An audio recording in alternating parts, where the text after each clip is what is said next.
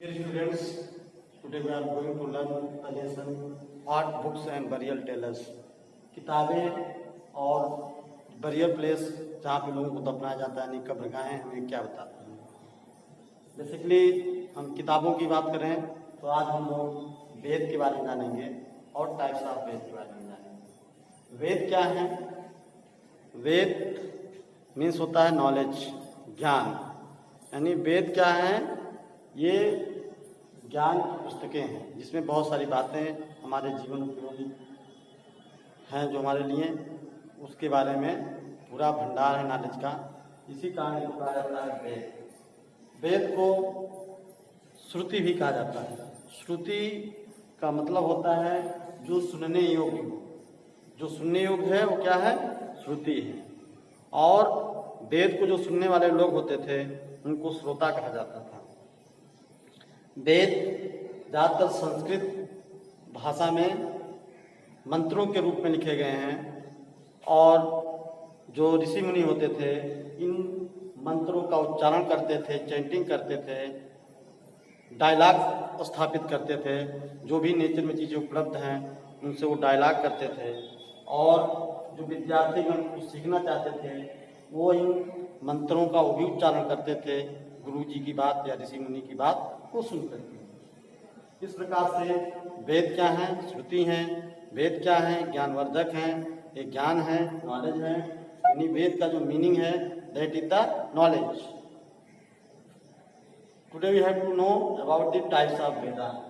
There are 4 type of Veda. कुल 4 वेद हैं: ऋग्वेद, यजुर्वेद, सामवेद एंड अथर्ववेद।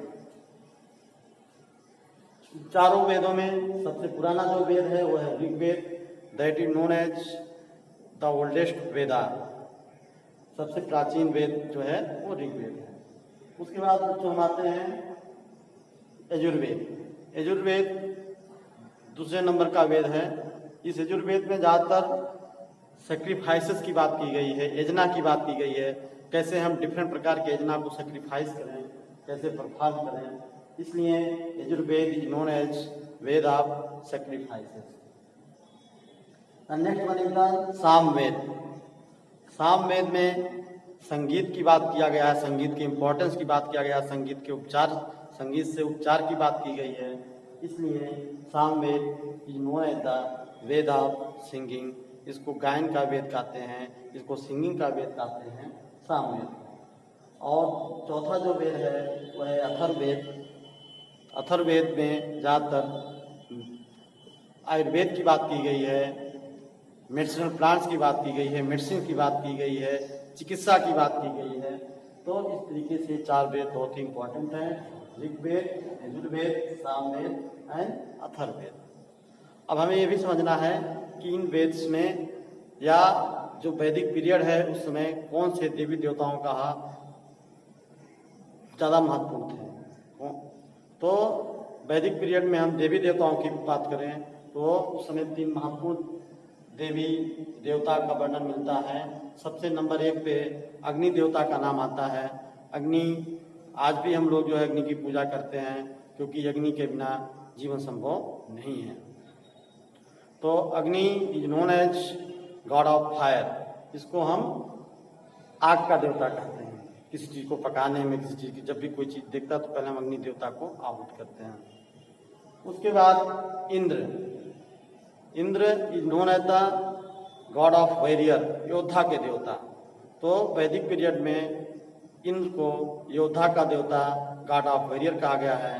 एक और महत्वपूर्ण देवता वेदों में बहुत ही महत्वपूर्ण थे, इनका नाम था सोम।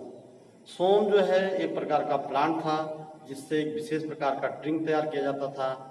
उसको पीने के बाद लोग थोड़ा सा जो है अनकॉन्शियस भी हो जाते थे, इसलिए उसको देवता के रूप में पूजते हैं। इस प्रकार से वैदिक पीरियड में कुल 3 देवी देवताओं का वर्णन है: अग्नि, इंद्रा एंड सोम।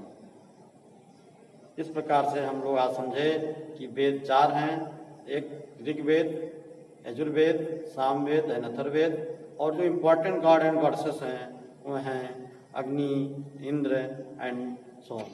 धन्यवाद।